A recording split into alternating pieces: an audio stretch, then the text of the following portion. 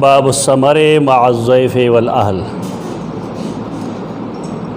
امام بخاری رحمه الله ول باب قائم کړو چې رسول الله صلی الله علیه وسلم د شپې د ثمر نه د خبرو اترو نه منع کړی دا. بیا بل باب قائم کو پای کې دا ویل چې کله عبادت د پاره یا د خطبه د پاره د ماسوتن د نرستو سټایم ورکلی شي نو خیر دې ګناه نشته. اوس بل باب دای چې باب الثمر مع الضيف والاهل. د میلمه سره د شپې څه خبرې اترې کول یا د خپل اهل او عیال سره د شپې خبرې اترې کول دا هم ممنوع نه دي. یعنی عام غپ شپ جایز نه دی. نور خپل اهل او عیال سره میلمه سره ناستا پاستا خطبه ویل دینی کارونه کول ذکر او اذکار کول پاغه شرط کم چې مونږه اول ځل ویلو چې د سحر مونږ به نه خرابېږي نو بیا د شپې رونول یا د شپې کې ناستلو کې صاحب نشته. او دا ضیف او اهل دې سره دا ناسته خالص دنیایي خو نه ده. دام د دین یو حصه ده چې سړی د بل چا د زړه خیال وساتي. دام دینداری ده. حدثنا ابو النعمان د امام بخاری رحمه الله استاد ابو النعمان کنیت باندې مشهور دی محمد بن فضل السدوسی 223 هجری کې د وفات شوی دی. هغه وی موږ ته حدیث بیان کړو معتمر بن سلیمان 187 کې وفات شوی دی. هغه وی ما ته حدیث بیان کړو ابي د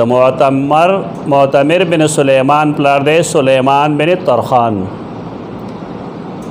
حدیث ورته بیان کړی د خپل پلار د اسانید باندې متقدمین به پوهېدل ورسته مونږ راغلي نو مونږ ته اړه پته نه. اب بعض خلقو خو اسانید بالکل حذف کړل که نه نو د هغې مقصد صرف دا لکه صاحب مشکات حذف کړي دي امام بغوی حذف کړي دي نو د هغې مقصد صرف دا چې طالب علم فوکس د حدیث په متن راشي.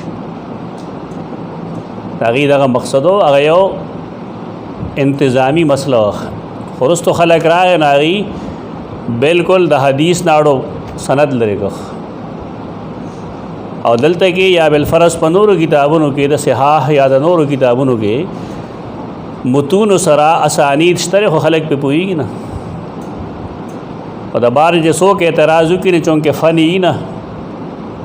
بیا ناس دې د خیان سو وای مرته متقدمین و بعد تاریخ د پاروم اسانید ویل تا طبری راواخله تاریخ الطبری هغه د هری کیسه د پارا د هر خبره د پارا سند لیکل دی. اصول لای چې کله سړی سند بیان کو ناغه خپل ذمہ داری خلاص کړه امتن صحیح دی که غلط ضعیف دی که موضوع هغه ذمہ داری نه ده. هغه ذمہ داری په اوریدونکو باندې ورغورځولا چې د حدیث یا د کیسه سند دغه دی. زمونږ خائن مورخین رال خائنین هغې د تاریخ نه سند لرې کو صحابه کرام بدنام کړل. خیانت دغه دی چې سند اولی که نه بیا به خبره واضح شي دا لرې کول ښه خبره نه ده. امام بغوی چې کله د مصابیح السنه اسانید حذف کړل نو هغې وخت کې محدثینو د هغه ډېر بد ویلي دي. دا مو وایه چې چا څه نه دي ویلي. ټول محدثین د امام بغوی د دې خلاف رویې هغې خلاف کړی تنقید یې کړی دی خبرې چې ټول یې سند حذف کړي. هغه خپل عذر بیا ویلی دی چې زما مقصد دا دی چې خلک د حدیث په متن باندې خپل ټوله توجه مرکوز کړي. دا هغه یو عذر دی لیکن خلک نه معاف کړي. هغه په دې وجه نه معاف کړي چې د حدیث نه تا سند لرې کو نو دا خو بس ټیپر بادرنګ مولې ته جوړ شو. په عامو خبرو کې او د نبی کریم صلی الله علیه وسلم په خبرو کې فرق په اسناد باندې راځي. او دلته زمونږ په بر صغیر پاک و هند کې هوکار ډېر خراب دی. مشکات المصابیح ہوئی او د سند ناړو بحث نه کوي لیکن سند شته نه پکار دا چې استادانو کم سے کم په فصل ثانی او فصل ثالث کې دا اسانید بحث کړی نو هغه شکل صورت باندې کم چې اوس جوړ دی خبره تحقیق په بد ځکه لګي چې ویل نه غریبانو نو دا حدثنا ابي کتا د سوکو یمونګه وضاحت نو کو ته وګره چې معتمر بن سليمان پلار خو سوک به اوس آیا سليمان دې قبر سوک دې بیا هغه پلار سنوم دې نو ځکه موږ مجبور شو چې تا ته وضاحت وکړو چې دا د سليمان بن طرخان توی سره لیکلی شي سليمان بن طرخان داغه وفات شهر په 143 هجری کې هغه وی حدثنا ابو عثمان کنیتون دي کنه کنیتونه الکنا یا الکنا دا دواړه د کنیت جمع ده په دې باندې د امام دولابی کتاب د الکنا غټ دارنګه د امام حاکم کبیر کتاب د په دې باندې الکنا والالقاب د حافظ ذهبی په دې کتاب د دوجل کې الکنا په نوم باندې دینه بغیر دا نه واضح کیږي خلکو خیال لای چې ما بس یو مشکات المصابیح در سره اما تورو کړه په حدیث پوښ ډېر مشکل کار دی خاص کر د اسانید معاملې کې ډېر مشکلات راځي حدثنا ابو عثمان ابو عثمان په نوم باندې بشمیر روات دي دلته چې کوم راوی دی دا نوم دی عبدالرحمن بن مل مملا مل 100 هجری کې وفات شوی دی او هغه روایت کی دا عبدالرحمن بن ابی بکر نه سیدنا ابو بکر صدیق رضی اللہ تعالی عنہ جلیل القدر صحابی دی د پلار مور مسلمانانو صحابه دي د پخپلم صحابي دی خزم صحابي ده او د اولاد هم صحابيان دي عبدالرحمن بن ابی بکر دے صحابی دے دا سوک دے عبدالرحمن بن ابی بکر حافظ ذهبی لکھی تاریخ الاسلام کے 381 نمبر لاندے ترجمے لاندے عبدالرحمن بن ابی بکر الصدیق دا حدیث نقل دی دال نون قاف کے دال من سنن ابی داود نون من سنن نسائی قاف من قزوینی یعنی ابن ماجہ صحاح کے درے محدثینوں دا حدیث نقل کړي خود دلته معلوم شوا چې په صحیح بخاری کې هم دا حدیث موجود دی نو پته دا ولګي دا چې دال نون قاف سره د بے اضافه پکارو دا رموز چې کوم دي رموز محدثین د خلاف کی رموز نه لیکل پکار حافظ سیوطی رموز لیکلی دی خپل الجامع الکبیر کې الجامع الصغیر کې جمع الجوامع کې رموز نه کله کله درې نه زی جوړ شي او د زی په ځای خلک ری وي اب شمیره غلطه راشي بیا پای کې عبداللہ بن عثمان د ابوبکر صدیق نوم سره عبداللہ د پلار نوم سره عثمان ابو قحافه باندې مشهور ابو محمد التیمی ویقال ابو عثمان دتم ابو عثمان وی شقیق ام المؤمنین عائشہ شقیق روڑتا ہوئے دما خپل یو 30 کې ما د خپل روڑ تذکرہ کړه نا والی کې چې شقیق کی فلان نا چاره چې تل نا غریب لا شقیق مانو نه ته ګول ډیره تو وکړه چې دې سمانا شقیق معنی خپل سکرور هغه ته وي شقیق پته لګی نه جدا سنا غسته شقیق ام المؤمنین عائشہ د سیدہ عائشہ خپل سکر اور دا څه مطلب دی دا د ام رومان زوی دی څنګه چې سیدہ عائشہ د ام رومان لور ده او بکر صدیق رضی اللہ عنہ دی والد محترم دی حضر بدرن مشرکن بدر کې چې دی راغلو نو مشرکو بعضې سیزونه یاد نه خلقو ته هغې لپاره مونږ وضاحت وکړو دی بدر کې مشرکو ثم اسلم قبل الفتح وهاجر فتح مکې نه مخکې اسلام قبول کو هجرت وکړو وکان اسن ولد ابی بکر ابو بکر صدیق اولاد کې دا ټول نمشم نه وکان شجاعا رامیا بہادرو رامی هغه چاته وي چې نشانه بازی تیر به ډېر خويشت قتلا یوم الیمامه 7 هغه مسلمة الکذاب سره چې کوم جنگ شو په ورځ 2 کسان وجلی ته چې پته ولګېږي چې د ابوبکر صدیق یا د هغه د اولاد څه خدمات دي د دین لپاره. روا عن النبي صلی الله علیه وسلم وعن ابیه، د خپل پلار نه حدیث اخلي، هم صحابي دی، او د رسول الله صلی الله علیه وسلم نه نیخ پنیغه مخلي. لکه دا حدیث چې مونږ وایو نو دا نیخ پنیغه د رسول الله صلی الله علیه وسلم د څه خبره تذکره ده. ابن سعد لیکلی دی چې انه اسلم فی حدنة الحدیبیہ وهاجر، حدیبیه دغه وختونو کې د اسلام قبول کړل دي. واتمه النبی صلی الله علیه وسلم بخیبر 40 وسقا، رسول الله صلی الله علیه وسلم جنگ خیبر کې دلا سلويخ وسقه ور کړی 53 هجری کې دی عمر ده. ابن ابي ملیکه وی چې ان عبد الرحمن توفیا بالصفاح، صفاح مکه مکرمه کې وزیره، فحملا فدفن بمکه والصفا على میال من مکه، دار مکینه پسوم ملونو کې ده. هغه زینا سیدہ عائشہ دے مکی ته وروړو، دی ولې وروړو؟ اصول خدای چې کم سړی کم ځای کې مړ شي نه هلته دفن کړی شي. دا کیسه ما دې لپاره وکړه، حرمین د دې نه مستثنا دي. د اسلافو د وخت نه والې تر اوسه پورې هر هغه سړی چې هغه د حرم خو شامل شي هغه به حرمینو کې ښخول شي. په دې وجه مدینه منوره کې یو سړی عالی کې وفات کېږي او قبل د وفات کېږي هغه راوړي او مدینه منوره کې دفنوي. دا رواج نه دی، دا سلف صالحین د وخت نه یو سنت متواتر روان دي. په دې ودا قیاس نه کوي چې یو سړی دلته مړ شو ته کراچۍ ته ورسو، نه دلته مړ دلته دفن کړه. دا قسم واقعات دا کم چې د صحابه دي د تعلق حرمین سره دی. اوس هم هلته کې حرمین کو چې سړی هر ځای کې مړ شي مضافات دي د حرمینو، اب وروړي جنازه به عمل ته کیږي او دفنېږي به هم هلته. دا سلف صالحین د زمانې نه دا طریقه را روانه ده، دا رواج نه دی، دا سنت دی. نو خور دی راوړو، فقالت این قبر اخی فاتته فصلت علیه، سیدہ عائشہ راله او داغه په قبر باندې مونږ وکړو.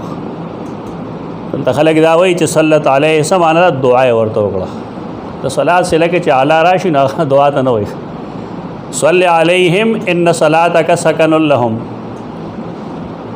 دلته کې څه معنا وایي؟ صلی علیہم مونږ کو دی باندې، او ان صلاتک سکن لهم یقینا ستا دعا د دې لپاره تسکین باعث ده. نو بار کیف د چا چې رائے دادا چې په مړی باندې د دفن نرستو جنازه نه دی کول پکار، نو هغې دپاره دا دلیل نه دی. دا دلیل دا هغه چاره چې هغې مړی باندې د دفن نرستو قایل دي. مونږ چې استادان نه کوم فقه ویلې ده هغې دا وایي چې په مړی باندې جنازه کېدی شي دفن نرستو، تر کومې چې د انسان یقیني چې دی به ټوکړې ټوکړې نه شوی، څښا شوی به نه خراب شوی به نه. بیا به مثال دا راکو چې په وړي کې د خېټې د ځمکې خېټې چې کوم دی دا یخی،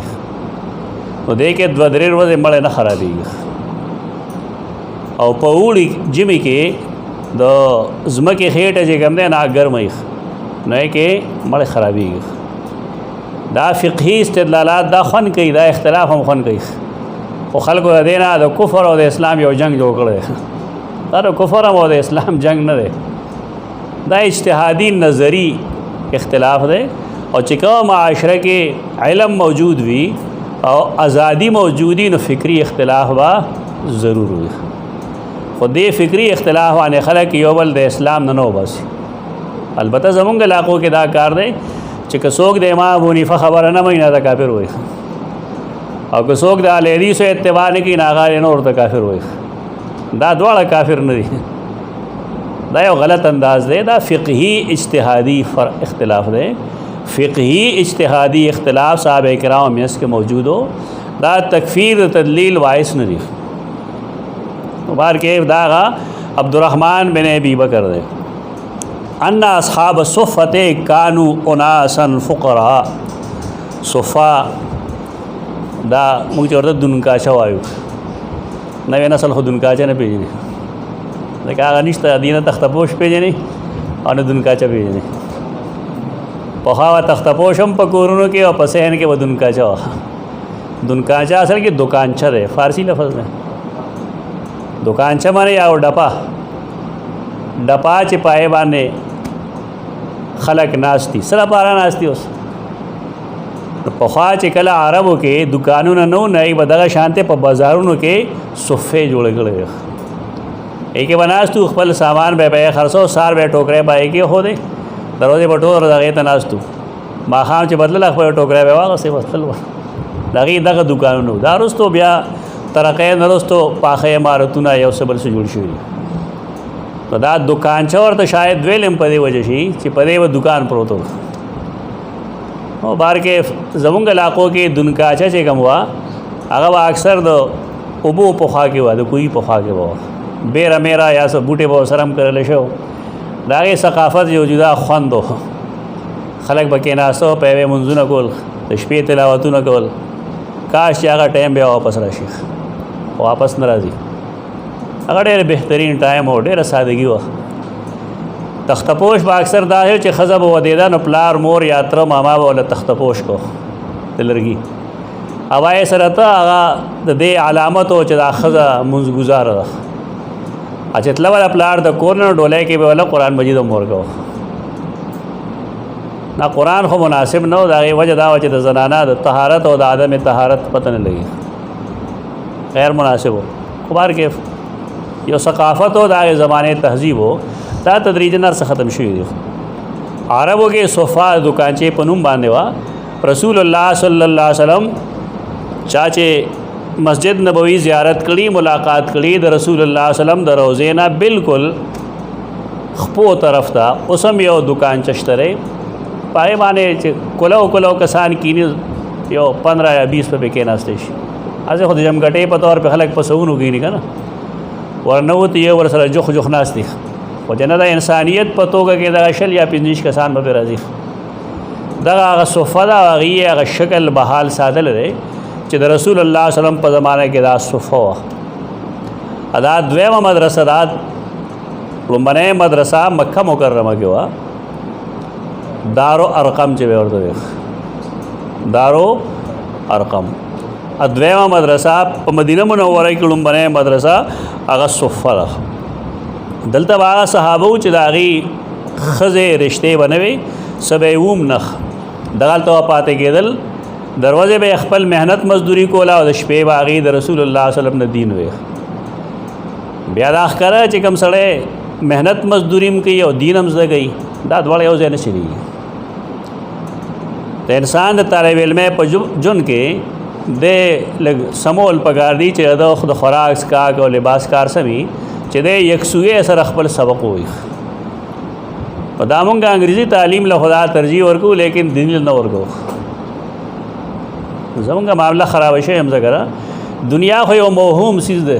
یا سړي PhD وکړه داسې چلو شو، سره ورته ملاوېږي که نه ملاوېږي هېڅ پته نه لګي.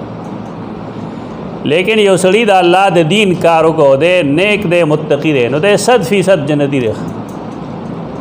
دا کم چې یقیني څیز دی نه مونږ پرېښی دی، او کم چې غیر یقیني دی ایهام دی پکې، نه مونږ هغې پورې نښتي یو. دې سره خپل رویه بدلول پکار دی. زمونږ هغه بچي چې سبق وایي، بالخصوص دینی اسباق وایي، هغې ته ډېره توجه ورکول پکار دی. مستحق دی د اصحاب صفه له د دې مقدار کله به واتو ته راکوز شو، کله به دا اویاو ته هم ورسېد. د هغې وجه دا چې خلک به نوی نوی مسلمانېدو، راتلل به د بار نه وفود، نو د هغې د استوګنې انتظام په صفه کې و. پېژندی به شو چې صفه باندې څوک ناست نه ده، طالب علم دی، دله خوراک ورکول پکار دي، دله څښاک ورکول پکار دي. رسول الله صلی الله علیه وسلم به د هغې دومره خیال ساته چې چا به سره ورله به یې کتل چې ته څوک ناقص شی راونړي، خراب شی راونړي. که چا به راوړو زورنه به یې کوله. دا د مسلمانانو رویه پکار ده. زمونږ جماعتونو کې هم که داسې طلبا وي د دین، نو پکار دی چې مونږ هغه ذمهداري په خپل ځان واخلو. په دې څه کېږي نه که ستا په جماعت کې 3 طالبان هم اوسېږي، نو زما یقین دا چې یو سړی هم د هغې خیال ساتلی شي. زمونږ ټولو کورونو کې، تاسو خپلو کورونو کې وګورئ چې دروازې 100 روټۍ سیوا کېږي. سلور پنځه شپږ په هر کور کې سیوا کېږي. اثار څوک نه خوري بلکې دکانداران اخلي. او دغه سلور پنځه روټۍ چې زمونږ سیوا کېږي په مونږ درې کسان په مړول څه مسله نه. خو بار کې د نیکۍ کولو ته څه رکاوټ نه دی پکار، خو خوی بد را بهانه بسیار کنه. چا خوی خراب شي هغه سره د بانو بوجې ډکي. اب یې مونږ را سشته نه ته څه خورې خپله څه خورې بس جومات ته مغه اوس. دا ډېر آسان کار دی. د مفتو انفاق فی سبیل الله دی، د مفتو صدقه جاریه ده، لیکن موږ دې طرف ته توجه نه ورکو. توجه ورکول پکار ده. دا اصحاب صفه دی حدیث کې وتا ته معلومیږي اوس چې رسول الله صلی الله علیه وسلم د دې د خوراک کله کله بل شان تنظیم وکړي. او دا اصحاب صفه کانو ناسن فقراء، دا نادار خلکو غریبانانو. د دې باره کې رسول الله صلی الله علیه وسلم یو شپه فرمایل من کان عنده طعام اثنين فليذهب بثالث. و دې ګوري چې یو سړی پکور کې نن سپخ کړي نو که دوه کسانو خوراکي ناغه دین یو کس ځان سره بوزي، دریم دی بوزي ځان سره، خزا او خاوند دی یو د میلمه کی. و نربع فخامس او سادس کسلور کسانی پنځم دی بوزي کی پنځه نشپغم دی بوزي. په دې طریقه باندې یو کس دوه ځان سره بوزي. وان ابا بکر جاء بثلاثه،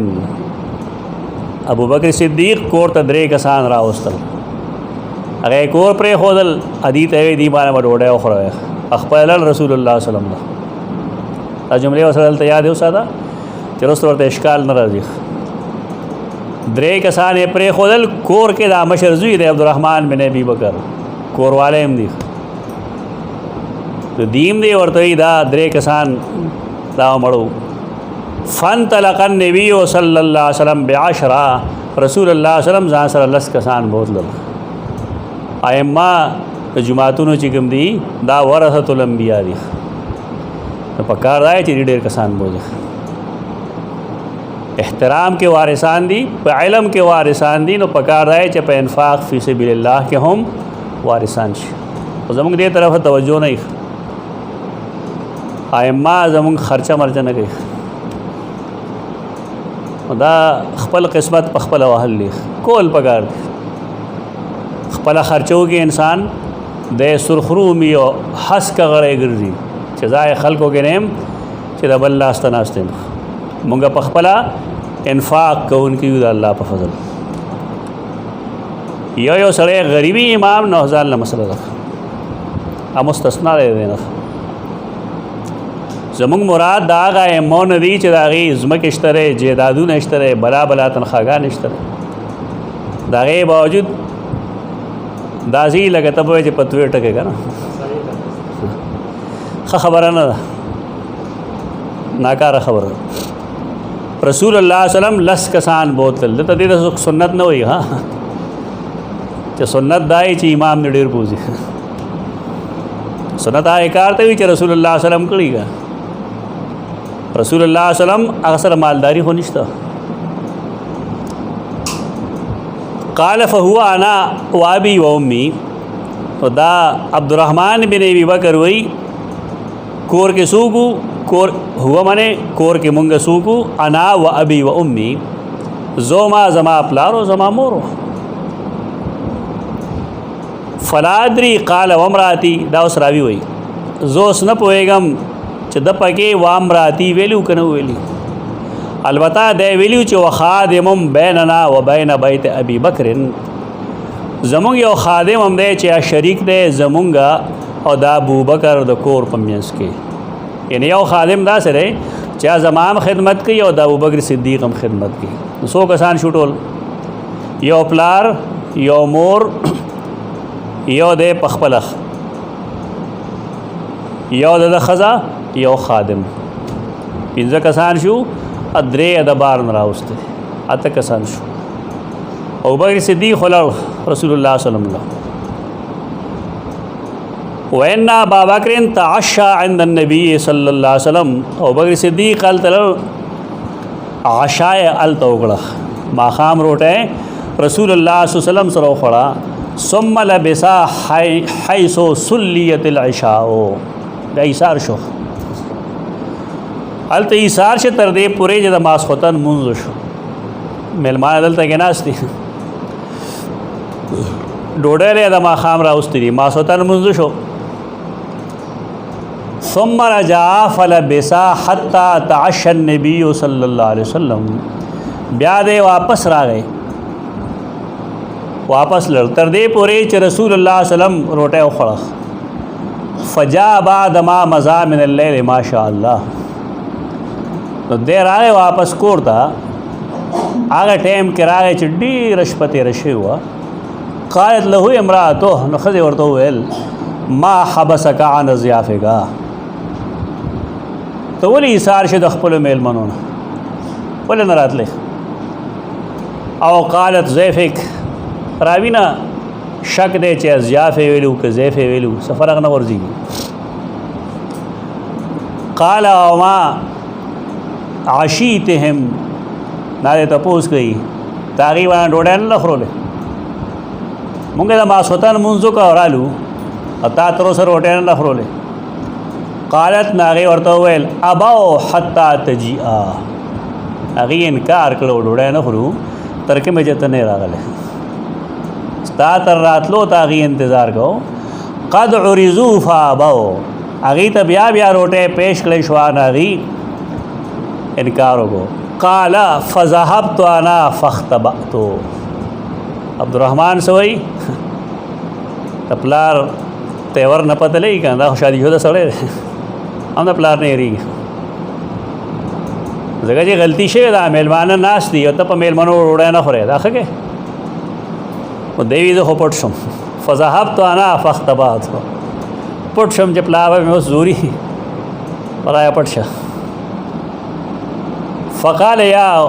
عنصر عنصر څه ته وایي دا زوره ده ای شیطانه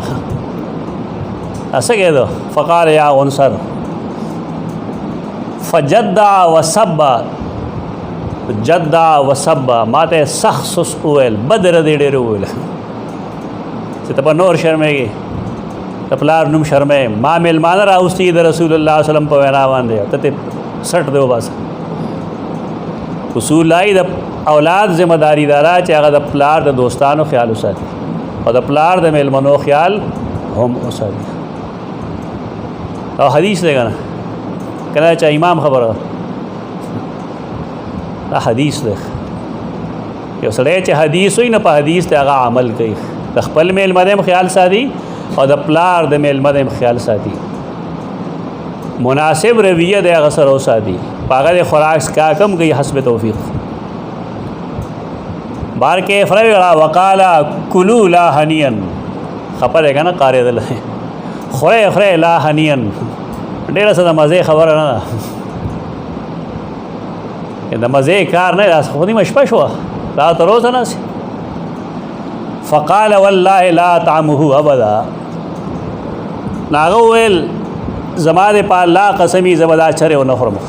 وایم الله یعنی ابو بکر صدیق ویل زه نه خورم قسم یې وخورم تاسو خورئ او زه نه خورم زما د په الله قسمي ما كنا ناخذ من لقمه الا ربا من اسفلها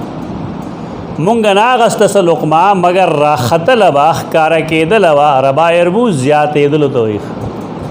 ربا ته ولې ربا وایي سود هغه زیاتېږي که ته ربا لفظي معنی ده زیاتېدل الله ان الله یربي الصدقات الله چې کوم دی ان یمحق الله الربا ويربي الصدقات الله چې کوم دی هغه سود مټاوي او صدقات څه کوي ایک ربا پیدا کوي هغه ډېرېږي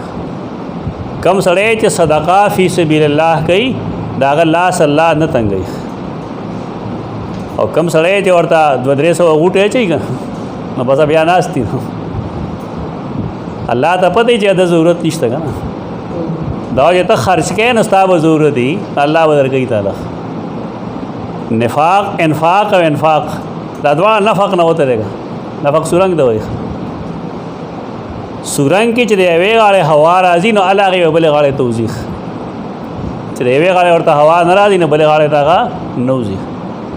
ستا چې انفاق وي نو الله هغې به تا ته د دې بلې غاړې نه آمد کېږي، خو چې تا هغه بلکل خوني بند کړي دي معامله خرابه ده. منافقت کې ولې نفاق ته نفاق وایي؟ نو د هغې وجه دا چې هغه ځان له ګڼې سوړي جوړې کړي، ته که ورته په یو خپه کې نه بل ځای سر وباسي، بله ورته بنده کې نه بل ځای کې سر وباسي. خو نفق لغوي معنا هغه سورنګ دی. د هغې نه به یو نوړی راختله سوا کېدله به. قال یعنی حتی شبعو، راوي وایي مطلب یې دا و چې تر مړېدو پورې ډوډۍ چې لکه دی به بالفرض څلور نوړی وخوړئ نو څلور نوړی او پکې الله نورې پیدا کړی. دې ته څه وایي؟ برکت.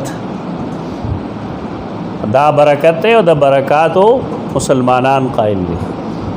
د چا د برکاتو؟ د انبیاء هم او نورو خلکو د برکاتو هم، کوم چې د الله طرف وي. په برکت کې د چا اختیار نه وي، برکت دهنده د الله ذات.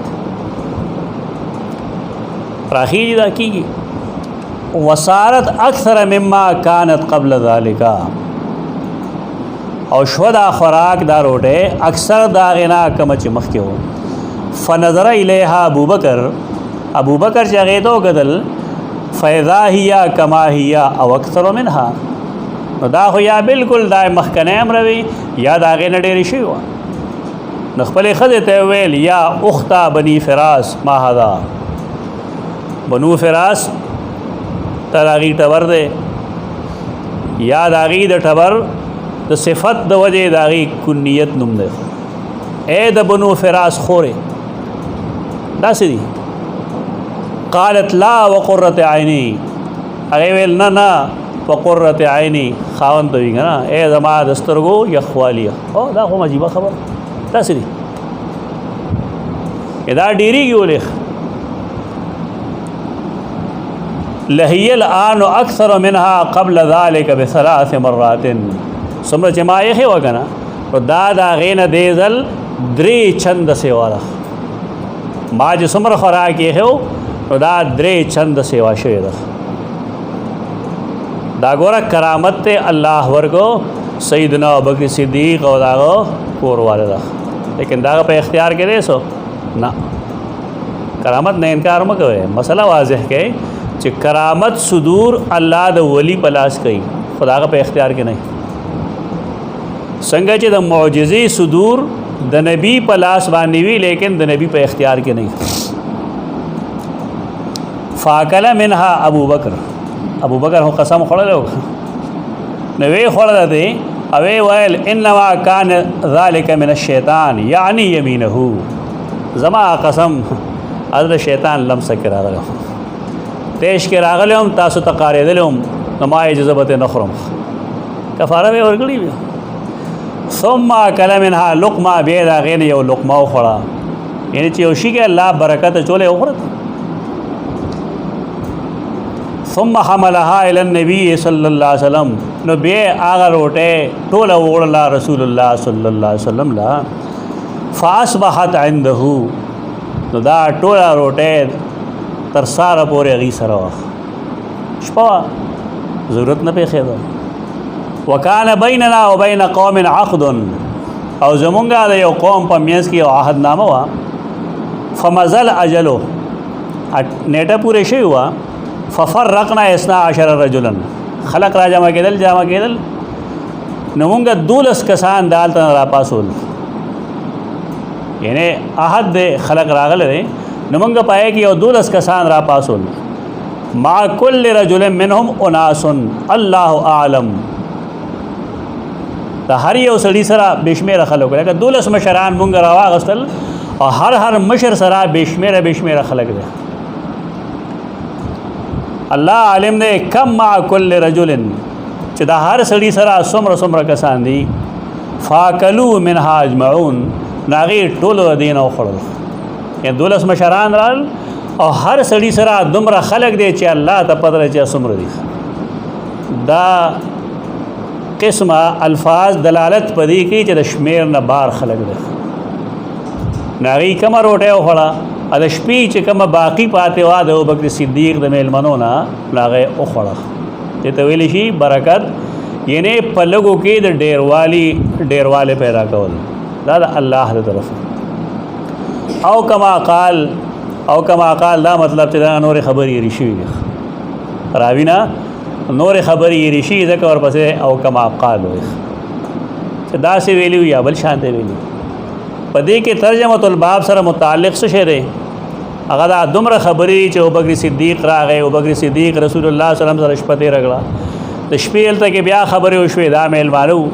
دا دلیل شه د خبرې چې د میلمه د وجې روټه لګلیټ شي د شپې د ماسوتن د مونږ رستو شي نو خبره ده خیر ده خو مونږ ورته نشي پرې خو زمونږه که روټه لیټ شي نو زمونږ سره مونږ پاتې شي دا رویه نادرسته د امام بخاری رحم الله چې کوم استدلال لغه دغه ځای کتاب الاذان په دې باب کې څه بنیادی خبرې کو حدیث نه وایو نن دیک ا بنیادی بحث لګوګد ده دومره وګد نه زه ان شاء الله کوشش کوم چې مختصر الفاظو کې بیان کو. الاذان اذان څه شی دی؟ اذان په لغت کې امام قرطبی کوم چې شارح دی صحیح مسلم یا امام قرطبی مفسر دی یا امام قرطبی محدث دی دا محدث دی امام قرطبی دی لیکي المفهم لما اشکل من تلخیص کتاب مسلم دا صفحہ جلد نمبر 2 اور صفحہ 14 اعلم ان الاذان على قلة الفاظه مشتمل على مسائل العقیدہ اذان الفاظ تھوڑے کم دی لیکن دیکھیں دا عقیدے گن مسائل دی سنگا وذالک انو علیہ السلام بدا بالاکبریہ اغدارے چی رسول اللہ صلی اللہ علیہ وسلم اذان کی چکم شروع کرے دا ناغید اللہ اکبر نشروع کرے دا دا عقیدے خبر دا چکل مونگا دا اللہ اکبر خبر اکڑا دا اللہ دا کبریہ خبر مکڑا هي تتضمن وجود الله تعالی و وجوبه و کماله دا یوازې الله اکبر ویل دا الله په وجود دلالت کوي چې الله موجود دی بل لا چې هغه واجب الوجود دی الله ته واجب الوجود ولوي که الله نه وي نو بیا د موجوداتو د وجود سوال نه پیدا کېږي الله ولې واجب الوجود دی چې کاغه نه وي بیا مخلوق اڑوي نه یو داسې وختو چې خالقو اړو مخلوقو نه بیا داسې وخت راغی چې خالق شتا او مخلوق هم پیدا کړ یو داسې وخت راشي چې یوازې خالق وي او مخلوق وا نه کل من علیها فان بیا به یو داسې وخت راشي چې خالق به موجود او مخلوق به هم موجود تو چونکہ په یو حال کې هم الله ناپید کیږي نه په دې وجه الله تسوي واجب الوجود الله واجب الوجود دی او بل چې هغه کمال والا ذات ځکه مونږه دا هغه د کبریا आवाज ثم ثنا بالتوحید بیا دوزلا توحید आवाज یو کو اشهد ان لا اله الا الله زمونږ استاد محترم بویل رحمت الله تعالی علیه چې شرکونه څلور قسم دي شرک فعلم فی التصرف فی الدعاء فی العبادہ تو دا څلور د پاره رد د پاره اویل الله اکبر الله اکبر اور شرک فعلی دو قسم دي شرک فعلی دو قسم دي کم قرآن کې تاسو ویلي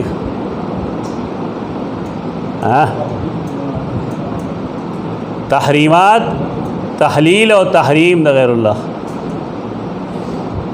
نظر د الله نظر د غیر الله دا غیر پاره اخر کې دوزل الله اکبر الله اکبر تر شیخ عبدالسلام رحمت الله تعالی علیہ تحقیق دا کله به ویل د دنیا طرفونه سلوړ دي او دی وجنا الله حواس کې لطیفه وي بدل لطیفه را خو کتاب نه وېګا نه کتاب درته هو چې کتاب کې وجه دا خو دل ثم ثنا بالتوحید بے توحید وزل ویل چې اشهد ان لا اله الا الله ثم ثلث برسالت رسوله دریم نمبر باندې سو ویل د رسول الله صلی الله علیه وسلم رسالت دې په دې وجه ویل چې د الله کبریا پس ثابتي د رسول پر رسالت ثابتي کنه یو سره دا وایي چې د قران منل هم د رسول الله د وجري دا صحیح وي که غلط وي صحیح وي ته رسول منل ځکه قران منه چې چا رسول نہیں منل قران نه مني ثم ناداهم لما اراد من طاعته بیا دې ته आवाज کوي حي علی الصلاه ولې د انسان د پیدایش مقصد څه دی ما خلقت الجن والانس الا ليعبدون پازان باندې سوچ مې تقریر کې دي شي دو نیم کاله په دې ما تقریر کړل پازان باندې تقریر کې دي شي ولاغه چې دې سونه باندې پوریږي تش په الفاظو نه کېږي مفهوم نواقفی ناغا په دې باندې بشمیره تقاریر کول شي نو چې څنګه حي علی الصلاه نو ثم زمن بذلک بالفلاح دې ضمانت ورکو چې تب سه کامیاب چا چې مونږ کړه دا کامیاب دی چا چې مونږ نه کړه هغه خاسر دی فلاح ستوي البقاء الدائم دارستو چې کومګ بیا وای الله اکبر لا اله الا الله دا دغه ضروری اجزاء تکرار و اعاده کړی دا د دې لپاره چې دا خبره پزله کې قوي شي چې الله اکبر او لا اله الا الله او سمره خلتی فرق دا مفهوم کې لیکل دا امام قرطبی ابن حجر اسقلانی رحمه الله دا لیکلی شو زموږ د خلکو په شان چې دا نه پټ کی او قال القرطبی ته اخري کنه اکثر کتابونه چې مونږ ګورو دا شانتي ته پردي کتاب نه شعر پټ کړی ټوله عبارت پردي عبارت دی لګري اخ شوقي دا شاګردان د جګه دا زما تحقیق ده دا خیانت ده ته حافظ سیوطی او رساله دا الفارق بین المصنف والسارق اغینوم ده ته یو کتاب چاته وړو بیا پټ کاغه خپل نوم باندې خورو کنه اټیر کیږي دا ما سره وړیر شي شی زمونږ دا بعد خلک ډېر حق وایي شیخ غلام حبیب صاحب د الله وبخي پاسه چې مخامخ شنه ماته به علم استای نوم په مونږ خپلو اللباب به یادو کنه قاموس الکتاب به یادو یا دا باید تحقیقات نه تحقیق استای او مونږ په خپل نوم دا واحد سره د بدای اقرار کو چې مونږ ساره کتاب نه فائدې اخلو دا نور خو اکثر به اشتر زمانه کتابونه عبارات راخلی نقل کوي بالکل مو بمو لفظ بلفظ لیکن شرط میں اشارتن هم نه وي چې دا مونږ کم ځای راغستره چا ویل اغلا دا امام قرطبی لیکلی دی ابن عبد البر لیکلی دی د علم برکت په دې کې دی چې تا د کم ځای نه علم حاصل کړی دی او دا غنوم واخلخ په دې کې وستا وګي سپږی شیخ دې یو مثال ورکوم د مولانا مودودی هغه حدیث د کذبات ابراهیم ته پای تنقید کړل حدیث ته چې ابراهیم علیه السلام یو درې کذبات ویلو پای کې خطبه قران کې ثابت دی یو په حدیث کې صرف التکی د کذبات معنی توریه ده ابراهیم درې توریه کړل اوس که مولانا صاحب حدیثونه د استاد نه ویلې نه په مسله په ده داوا خو جدا خبره سره پلان کی شاګرد دی پلان کی شاګرد دی به حدیث نه دی ویلې ناغله کېدلې هغه وی په ځای دی چې مونږه ابراهیم علیه السلام ته کذب نسبت کو نو خدالا چې مونږه د حدیث راویانو ته د کذب نسبت کو په دې باندې خلک هغه د پاره یو خبره جوړ کړل چې دا حدیث موضوع ده حالای صحیح بخاری حدیث په صحیح بخاری کو موضوع نه اوس کدا غریب محدث وینه دی په دې پوهه دی چې دې راویان ته کذابین ویم د دې اثر به نور زینو تمرسي ته دی خو یوازې دا حدیث نه په صحیح هنو کې د دې نورم احادیث دي هغه ټول به مکذوب فی شي د دې جملو زما دا مطلب نه چې مونږ دا غسړي څه کمال نه منو او ذهن زما تاسو معلوم نه مونږ کمال هم منو او علمی اختلاف هم ساتو آی خلقو کې نه یو چې هغه یو سړی نیکیم دریاب ته ورځي غلط کار دی خوبی او خامی او خلق دا نه برداشت کی دی وی چې بس یا فرشتہ وګڼه او یا شیطان وګڼه نه انسان وګڼه مړه انسان وګڼه چې انسان وګڼه بسر څه سم دی اوس کوم مولانا مودودی دلته کې نوم لیکلوي چې دا ما د چا نه اغسته دا عبارت بیا پاغه هیڅ چا اعتراض نه کو ولې دا عبارت اصل کې د امام فخر الدین رازی دے رحمه الله تفسیر کبیر کې غلی غله دا غلا په نقطه په هیڅ غلاو کې نس چل کېږي سړی سره شرمېږي بیا کوکه د امام رازی نوم دی لیکنه بیا د علاقې هیڅوک مفسر اعتراض نه کوي امام رازی خدا باندې خلکو پنیز باندې د پیغمبر نم پورته رہے نعوذ باللہ من ذالک دا افراط و تفرید ده امام فخر الدین رازی علی کلام امام دے مفسر دے لیکن محدث نہ دے اپ حدیث نہ پوئی ته دی وجنا هغه چې دا کوم رائے لیکلې دا درست نه ده په حواله ورکولو کې فائدہ دی چې انسان دا اوږې سپکی شي دا استاد محترم شیخ محمد حسین نیلوی رحمه الله ما لیدلی چې هغه تعلیم الاسلام کو تو ادا غیره مسله لیکنه پای باندې هم حواله ورکولو بشمیره زینو کې هغه اخبارات او حواله ورکړي هغه کتابونه چې وګوره ته بشمیره اخباراتو کې بیانات غلي غلي اصل کې د محقق طریقه دا غیدا نه چې ته وایې ته وحی کیږي دا ډېر غلط انداز دی ناغه الفارق کې غلي کی ته سړي حواله سره لګي چې هغه فلان کی سړي کتاب شروع کو ناغه قال فلان اعوذ باللہ من الشیطان الرجیم بسم اللہ الرحمن الرحیم فلان کی سړي کتاب خپل شروع کړو تفسیر شروع کو نو اول ویل چې اعوذ باللہ به بسم الله نبی دا خبره کړل دوستا په خیال دې سړي نیخ پنيغه دا اعوذ باللہ د بسم الله نه بغیر دا خبره نشو لیکل شو لیکن د مطلب دارې چې زه پورا عبارت را واخلم چې کم تناظر کې هغه دا خبره کړل تاسو دا مهرباني کوئ چې کله د چا عبارت لیکي نه یو حواله لیکي ادویم دا چې د عبارت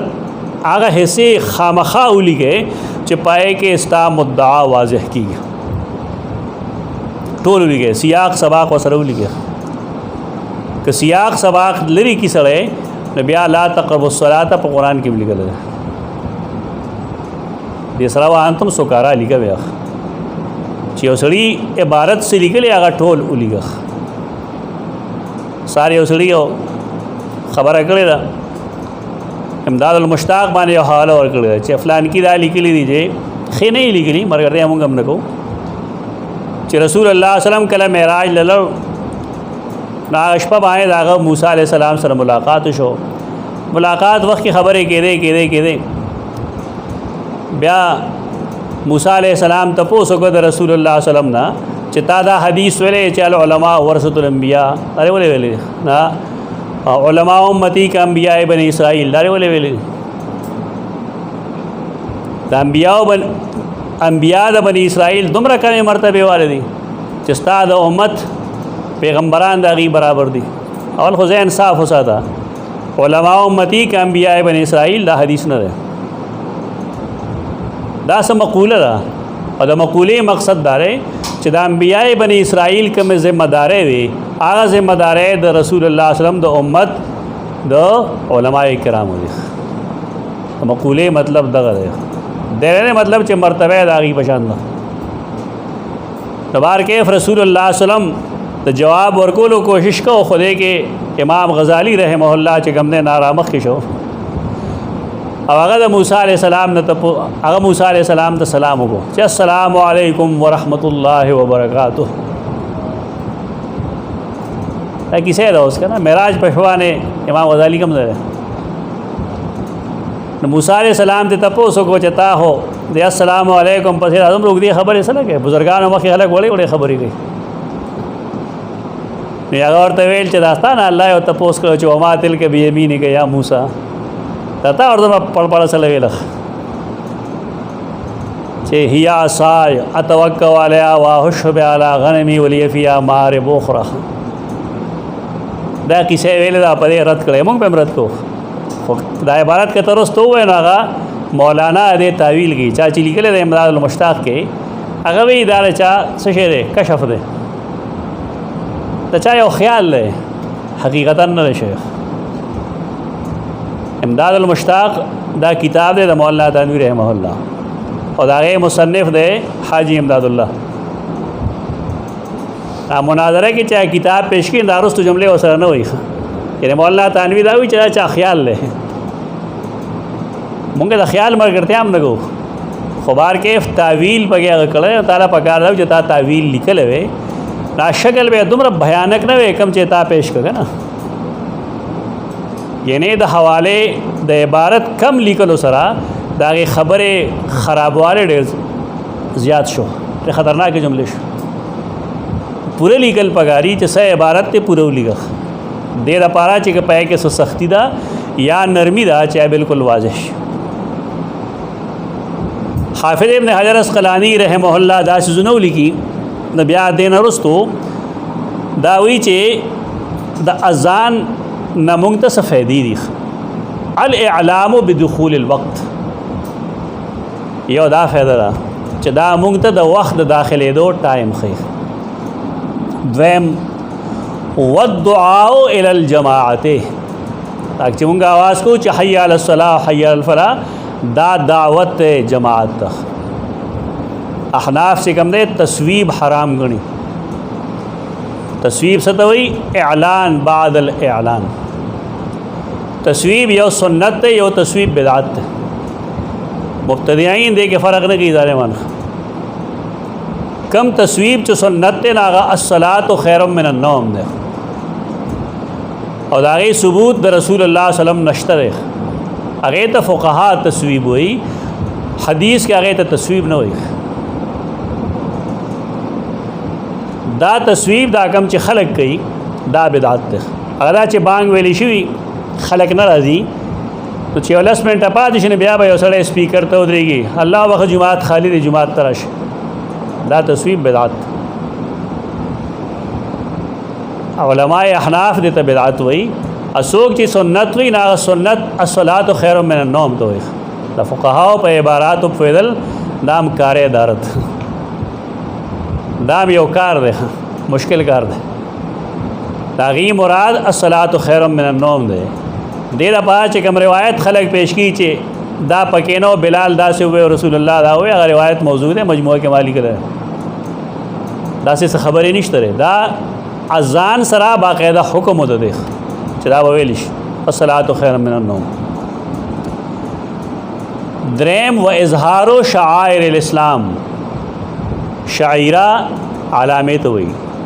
د اسلام لوی علامه اموز د موز د علامه ښکارا کولو لپاره اذان کولی شي په دی وجه اذان هم شعائر الله کړه اذان هم شعائر الله کړه. زمونږ د نوې نسل چې کله لسم نه پاس شي کنه او کالج ته لاړ شي نال ته دی هغه فرست ایران کم چې سیکنډ ایئر ته شي کنه هغې نه الله مګان جوړ شوي نو هغې به نخرې پخرې کوي. انګریزانو مونږ کې ډېر سوزونه پرېښي دي یو پکې دا پولینګ دی که فولینګ دی فولینګ دی که پولینګ دی که پولینګ دی دا مصیبت یې مونږ ته پرېښی دی.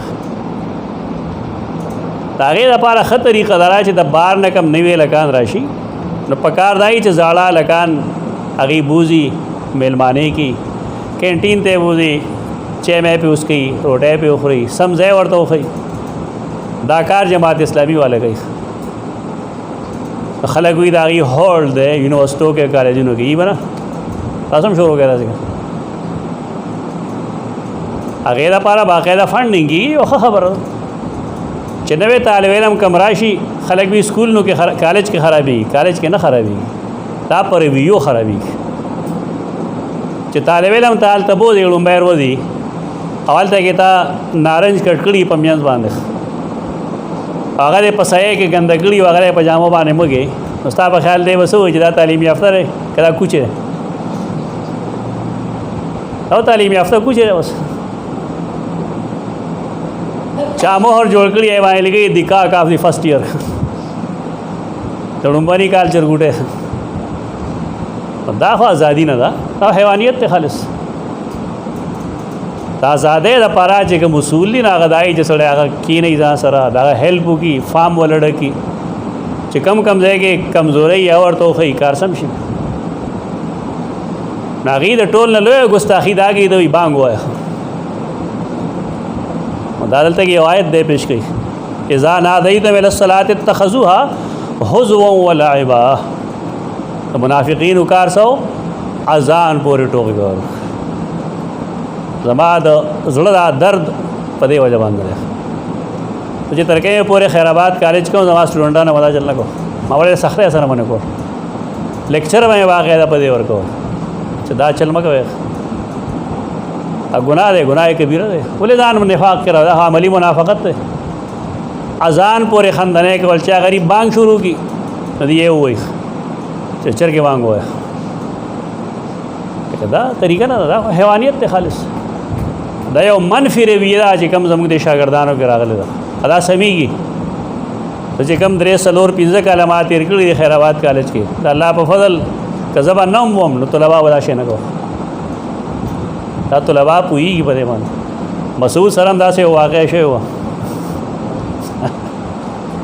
د خپل والد صاحب سره تاسو سپینې جامې شوره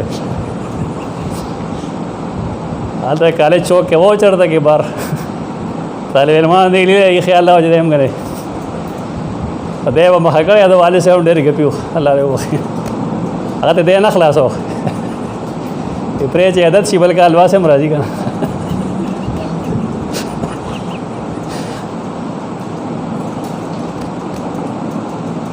د بعض خلکو د تربیت انداز ډېر بدلی هغه تربیت انداز ډېر بدلو عجیب و غریب خبره به دا بار کې دې کې فائدہ دا والحکمت فی اختیار القول له دون الفعل سهولت القول دا اذان ولې مونږ وایو ولې دا आवाज یو چې الله اکبر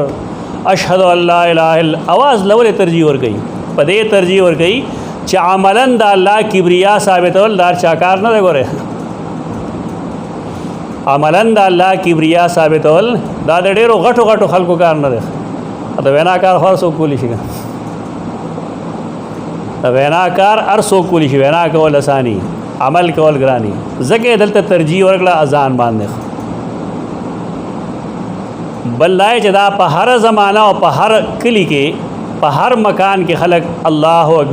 اکبر ویل شي خدا رسول پاره دا منظر پاره حدیث دې لپاره سره اذان اذیتم باب بد الاذان نور قصه دې کې نګو یو اختلافي مسله وچولو ان شاء الله قولی عز وجل اذا نادیتم الصلاة اتخذوها هزوا ولعبا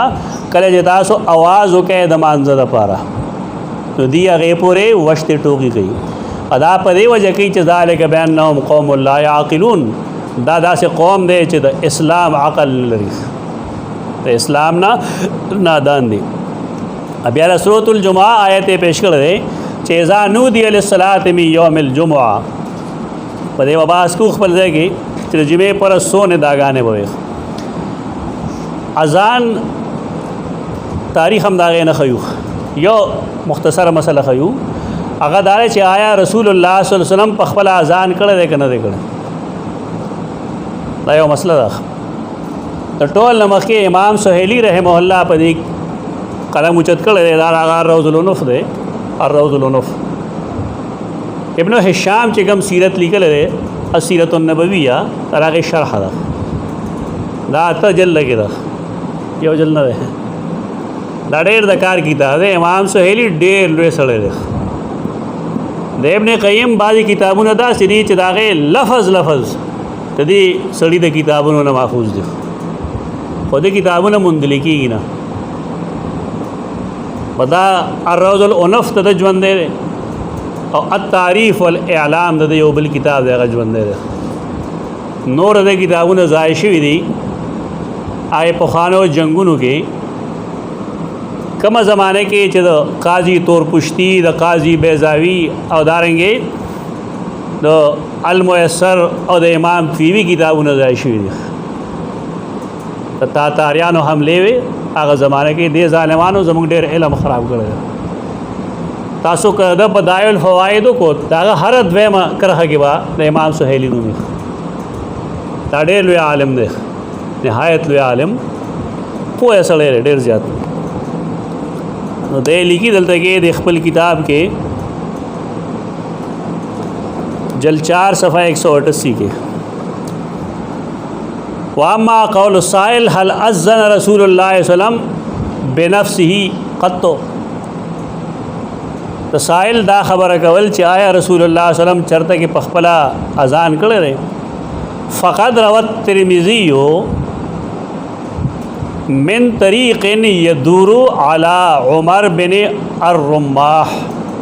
محدثین ډېر اوږد نظر لري. زه نه پوهېږم چې دا کتابونه چا سره نه دی تحقیق څنګه کوي، څنګه به کوي تحقیق. امام ترمذی یو عبارت دی نقل کوي چې امام ترمذی رحمه الله یو حدیث نقل کړی دی. هغه حدیث نمبر دی په سنن ترمذی کې 411 نمبر. دا کم ترتیب باندې چې زویم دې ترتیب باندې بلابا حسن شي.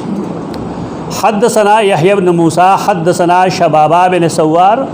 حدثنا عمر بن الرماح البلخي. هغه چې ویل چې طرق یدورو یعنی مرکزی راوی دا سړی دی. عن كثير بن زياد عن عمر بن عثمان بن يعلى بن مرة عن أبيه عن جده أنهم كانوا مع النبي صلى الله عليه وسلم. أبي عن جده مراد يعلى بن مرة ثقفي صحابي رضي الله تعالى عنه. ان سیدنا يعلى بن مرة یو خدای متن کې راضي يعلى بن مرة نه دی. يعلى بن مرة د خپل پلار مرنا او د خپل نیکنا یعنی د يعلى نه نقل کړي چې مونږ د رسول الله صلی الله علیه وسلم سره فی مسیرن په سفر کې فانتهوا الی مزیق مونږ یو تنگ ځای ته ورسېدو او حضرت الصلاۃ او د مانځه ټیم شو فمطریو په دې باران شروع شو د پاسه السماء من فوقهم د پاس نه باران دی والبلة من اسفل منهم د لاندې لوندواله خټې دي تنگ ځای دی ایک اوبر اوريږي پاس نه باران وريږي د لاندې نه کیچړ دی. فأذن رسول الله صلی الله علیه وسلم وهو على راحلته. نو اذان کو رسول الله صلی الله علیه وسلم په داسې حال کې چې په خپل سورلې باندې سورو. تاسو سنن ترمذی به ویلي کنه خو بس صرف دا اختلاف هم پکې ویلي چې شوافی اوسه مسلک دی، احناف اوسه مسلک دا هم پکې ډو ویلي نه دي سره چې آیا په دې کې دا الفاظ محفوظ دي چې اذن رسول الله صلی الله علیه وسلم وهو علی راحلته. دې کې دا الفاظ محفوظ نه دي. رسول الله صلی الله علیه وسلم په خپل اذان نه دی کړی. ته دې حدیث مطلب دی یو خو دې کې ما اشاره وکړه تا چې عمر بن الرماح چې کوم دی دا ضعیف دی. دویم داري چې عثمان بن يعلى عثمان او يعلى بن مرة صحابي نه داغن وسه دا دواړه مجهول دي. دا دواړه روات سری مجهول. لہذا دینه دا اثبات کول چې رسول الله صلی الله علیه وسلم په خپل رسول الله نے خود اذان دی ہے دا وہی داخله ولې دلیل سره د سنن ترمذی خبره وکاش چتا کتابونه کتل د سنن ترمذی دا روایت دا درست نه ده، دا کمزور ده. هغه لپاره موږ اول د ابن القطان فارسی کتاب تا تهذیب الکتاب الاحکام دے دوئی بیان الوہم والایہام اور دے جلد سلورم صفحہ 178 اور 179 حدیث نمبر 1648 ترمذی حدیث تو نقل کر دے بیاوی چے امام ترمذی دے حدیث پسے پخپل او خبر کر دا قال ابو عیسیٰ هذا حدیث غریب دا حدیث سرے ضعیف تفرد به عمر بن الرماح البلخی لا يعرف الا من حدیثه دې حدیث په دنیا کې یو راوی دی په صحاح کې د دې راوی صرف دا یو حدیث دی بلکې دې راوی نے صرف دا یو حدیث نقل لے تو دې حدیث بل تایید نشته چرته کې دې اول داو لیکي چې امام ترمذی رحمه الله دې حدیث تا په خپل ضعیف ویلي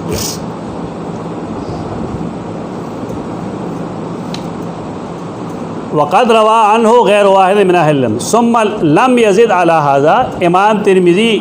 پر اضافه نه کړي وهو في حكم ما سكت عنه فإن قوله غریب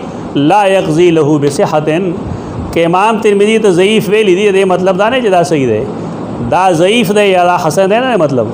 دا هغه وجه چې غرابت په درې وړو کراتل شي دا حدیث مذکور یرویه ابن الرماح وهو ثقة عن كثير بن زياد ابي سال وهو ثقة عن عمر بن عثمان بن يعلى بن أمية عن أبيه عن جده وعمر بن عثمان لا تعرف حاله عمر بن عثمان دا حال نه معلوم مجهول لے وكذلك ابوه عثمان ادپلار عثمان هم سره مجهول لے تو دو بګه مجاهل دي او دا کم آخری راوی ابن الرماح دے منفرد دے بده حدیث کې او دا حدیث درت کولو درې علتونه شو یو دا چې ذخیره حدیث کې دا صرف ابن الرماح د ناقل لے دویم دا چې دې دو روات چې کوم دی هغه مجهول دي او دا خو نشو ثابت چې رسول الله صلی الله علیه وسلم دې پخپلا اذان کړي دې پسې نور سم دي اذن رسول الله صلی الله علیه وسلم وهو على راحلته اذان یو کو پخپلا سورلې او اقام پخپلا اقامت مو کو نن یو مفتی صاحب نو ته پوسا زبر ډېر فتاو کې خو چې یو سړی بانګ وي نو آیا دا سړی اقامت کولی شي کړي شي کولی او چې اقامت کولی شي نه آیا په خپل اذان کولی امامت کولی شي کړي شي کولی نو ټول بتاته هم دا حدیث پیش کی چا او کولی شي نو حدیث خو ضعیف ده سنت ورته نه شو ویلې خو حدیث خو ضعیف ده په دې کې اصل خبره بیا رستو دارا چې واقامه فتقدم على راحلته فصلى بهم رسول الله د ټول نمخ کې شو نه پخپل سورلې اغي ته منځ کو یومیو ایمان اشاره کوله او یجعل السجود اخفض من الرکوع حالای چې په صحیح حدیثو کې دا چې رسول الله صلی الله علیه وسلم فرض منځ په سورلې نه رګړه کوم چې جمع سره کې یا فرض یې کس نه فلی او دې حدیث کې د کمزوري او علت دغه ده رسول الله صلی الله علیه وسلم نفلنا پسور لے کړی دي اې کې هم داوا چې کله به شروع کولا نو کوس شوی وو مخ به قبله ته هغه نه رستو به ورسور شو نو کله سور لے مخ بار خواراته نه راته طریقه دا غلا د فرض مون د پاره دا چانه دی کړی خدا د امام ترمذی روایت ہے امام ترمذی په دې باندې خپل کمنټس لیکلي دي او علامہ فاسی قطان ابو القطان فاسی رحمه الله علیکل چې د دې د آخري دو روات چې کوم دی دا مجهول او مستور دي لہذا روایت کې ضعف موجود دی هم دا شان عبارت هغه امام بهقی سنن الکبرى کې مګړه ده جلد 2 صفحہ نمبر 7 دیوی چې وفي اسنادی ضعف ولم يثبت من عدالت بعض رواته ما يوجب قبول خبره ته د اسناد کې کمزوري ده او کله بعض راویان عادلی مداغه مطلب دانه چې داغي روایت ته مونږ قبول کو د اعتراض پدې باندې چې د رسول الله صلی الله علیه وسلم په نفل او په سنتونو کې خدا سکړي دي لیکن فرضو کې دا سن دي کړي چې هغه په صلی باندې موږ کوي دا ترمذی روایت دا خو ضعیف ده پتو لګی دا کمزور ده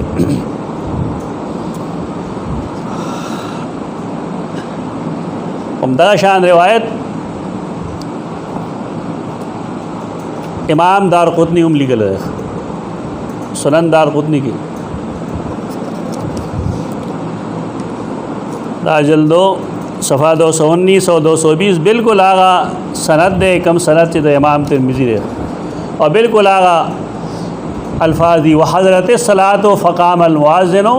فاذن فاقام یہ تو وسو گورا اس التکی ویلیو چ رسول اللہ صلی اللہ علیہ وسلم درے دلتوی فقام المؤذن فاذن فاقام یہ تو وہی متن کے اضطراب متن کے اضطراب تو سنن ترمذی روایت داو چ رسول اللہ صلی اللہ علیہ وسلم پخپل اذان ہوئے دلتوی قام المؤذن فاذن فاقام اسناد بالکل آگے کم چلے امام ترمذی دے لیکن متن کے پدے کے اضطراب راغے گڑبڑ والے زکے چالتا ہوئی رسول اللہ صلی اللہ علیہ وسلم بانگوے اور رسول اللہ اقامت مکو اور رسول اللہ منظم کو اور دلتا ہوئی نا فقام المؤذن فاذن فاقام رسول اللہ صلی اللہ علیہ وسلم داغم مؤذن ادرے دو اذان کو او اقامہ فاقامہ بیائی کے دن بل استراب دے او اقامہ بغیر اذان ان اول خداوی چ اذان کو اقامت کو نہ بیاوی چ نا صرف اقامت کو بغیر دا اذان نہ تو دو استراب رال وگے یہ استراب دائے چ یو روایت کے دا رسول اللہ ذکر دے بلکہ دو بل مؤذن ذکر دے دویم استراب دائے چ او اقامہ بغیر اذان دا دو استراب رال دے روایت تو متن گیا خوم دا روایت مسند احمد کی لگل ہے مسند امام احمد 175-73 نمبر باندھ 17,573 اماغ حدیث تے عن عمر بن عثمان بن علا بن مرہ نبی داغے الفاظ سنی فامر المؤذن فاذن واقام فامر المؤذن فاذن واقام رسول اللہ صلی اللہ علیہ وسلم مؤذن تا حکم کو نہ مؤذن اذان کو اور مؤذن اقامت کو تو دے سرا وضاحت را خبریں چ اصل عبارت آگر کم چ امام احمد دے اگر جدے کم زور سرحد کے حضور تھا لیکن اصل عبارت آگر رسول اللہ علیہ وسلم پخپل اذان نہ دے کرے اب یا تعالیٰ تو علماء چکل آگی نقل در نقل لکھی کہ نا یہ تعالیٰ پتہ ہو لے گی کہ علماء سے گئی کلا کلا چھ منگوائی اصل کتاب تو رجوع کا اصل کتاب تو رجوع کا آگے وجہ لگا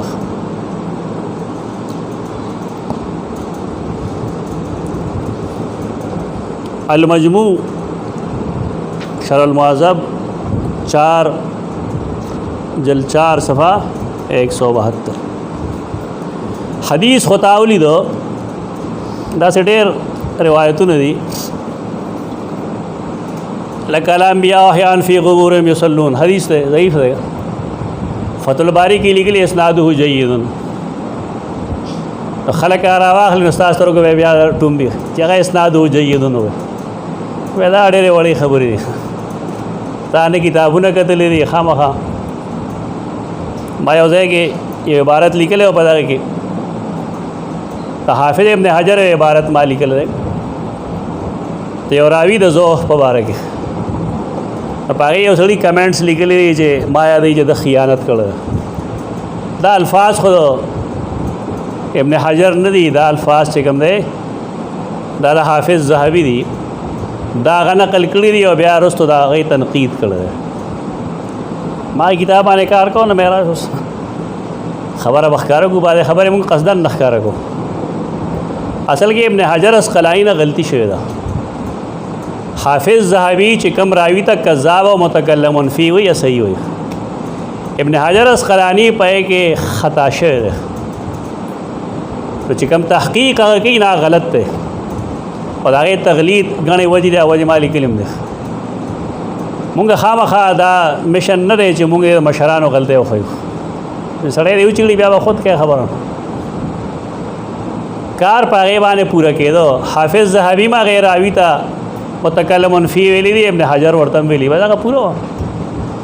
تو ابن حجر دا رستنی عبارتنا ما دا خیانت دا وجہ ندی حذف کلی بلکہ پدے میں حذف کلو چی دا ابن حجر اسقلانی رحمہ اللہ اغتا نسبت سے کمزور خبری ہونش سړی نه پرېږدي نو بیا خو تنګ آمد بجنګ آمد دا اسناده جید فلان فلان دا خبرې ډېر خلک کوي. دا حدیث تاو کوت امام ترمذی په دې کې اضطراب موجود و درې ځایه. یو راوي په هغې روایت کې منفرد دی او دوه روات د هغې مستور دي مجهول دي. داسې ده امام نووي تاسو پېژنئ د هغې کتاب دی المجموع شرح المهذب. په دې کتاب کې دا جلد 4 صفحه 172 دا حدیث نقل کی دا کم چې مونږ وایو فاذن رسول الله صلی الله علیه وسلم وهو على راحلته واقام فتقدم على راحلته فصلى بهم يومي ايمان يجعل السجود اخفض من الركوع رواه الترمذي باسناد جيد. دې اسناد کې کوم ځای جودت راغی ای سړی ګوري نه بیا پته ولګي علماء خطاګانې وایي. داسې وخت کې مونږ وایو الله دې وبخښي. دا انسانانی و سوچ رانی شیخ سبقت قلمی و شیخ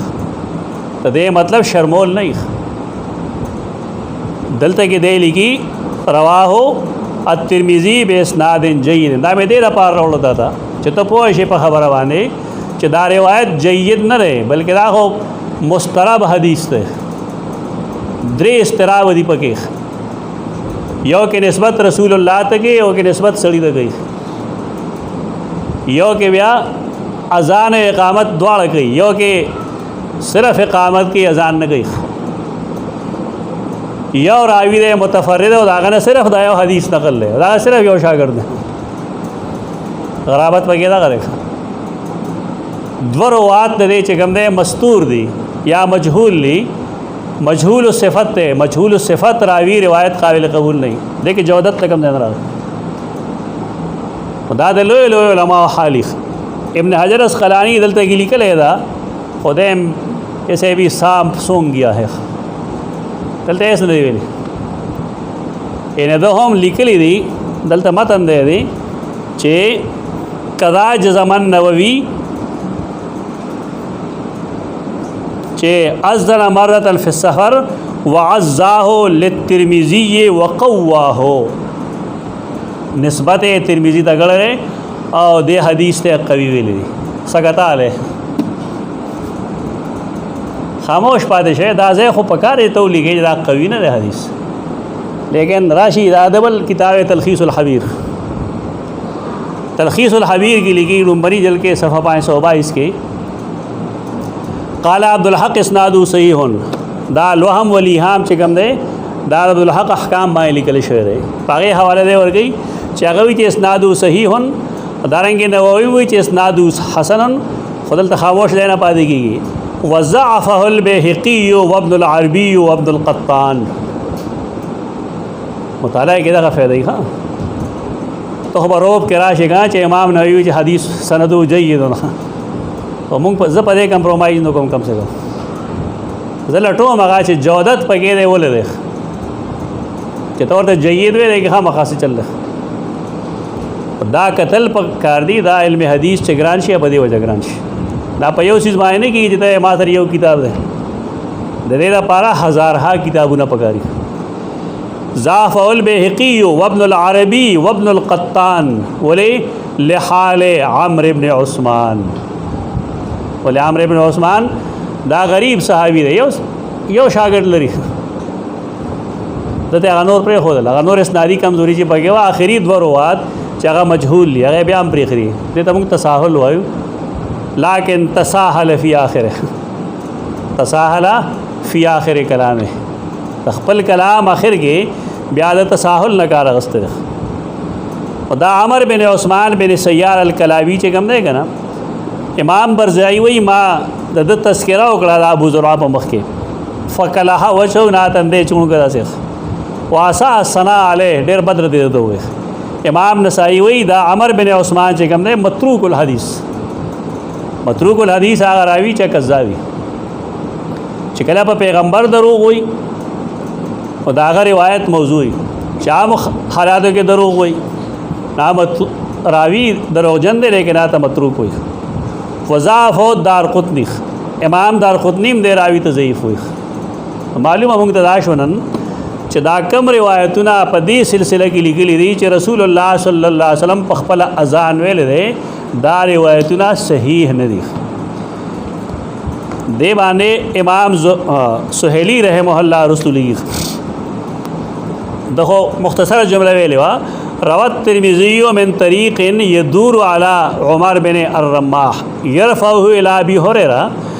ان رسول الله صلی اللہ علیہ وسلم اذن فی صفین وصلى باصحابه وهم على رواحلهم السماء من فوقهم والبلة من اسفلهم کیچڑ چدے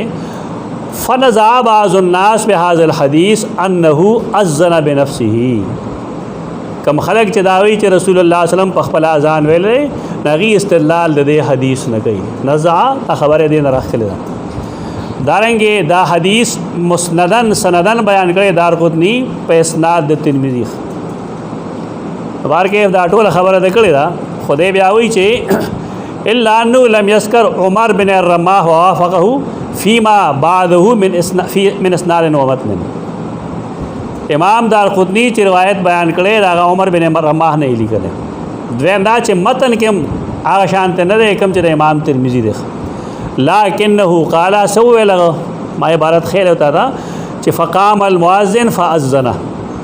مؤذن پاسے دو مؤذن اذانوں کو ولم يقل اذن رسول الله صلی اللہ علیہ وسلم سہیلی سمر عالم شو یہ په حدیث ډېر ډونګې نظر ده. امام دارقطنی دا نه دی ویلي چې اذن رسول الله صلی الله علیه وسلم بلکې اذن مؤذن بیا دی وی چې دا روایت د امام دارقطنی دا مفصل لګن او د امام ترمذی روایت سره مجمل والمفصل یقضی علی المجمل. مفصل فیصله کوي د شي د مجمل. نو کله امام ترمذی روایت مونږ صحیح وګڼو نو موږ بدا وایو چې اذن رسول الله صلی الله علیه وسلم څه مطلب حکم کو د اذان رسول الله صلی الله علیه وسلم. خدا تعویل لګا نه تعویل د تصحیح فرانه تعویل تصحیح فردا ځکه دا تعویل نه کوم زه حدیث سره صحیح نه غواړم تعویل ولوم. نن دا غړې د یقول قولی هذا استغفر الله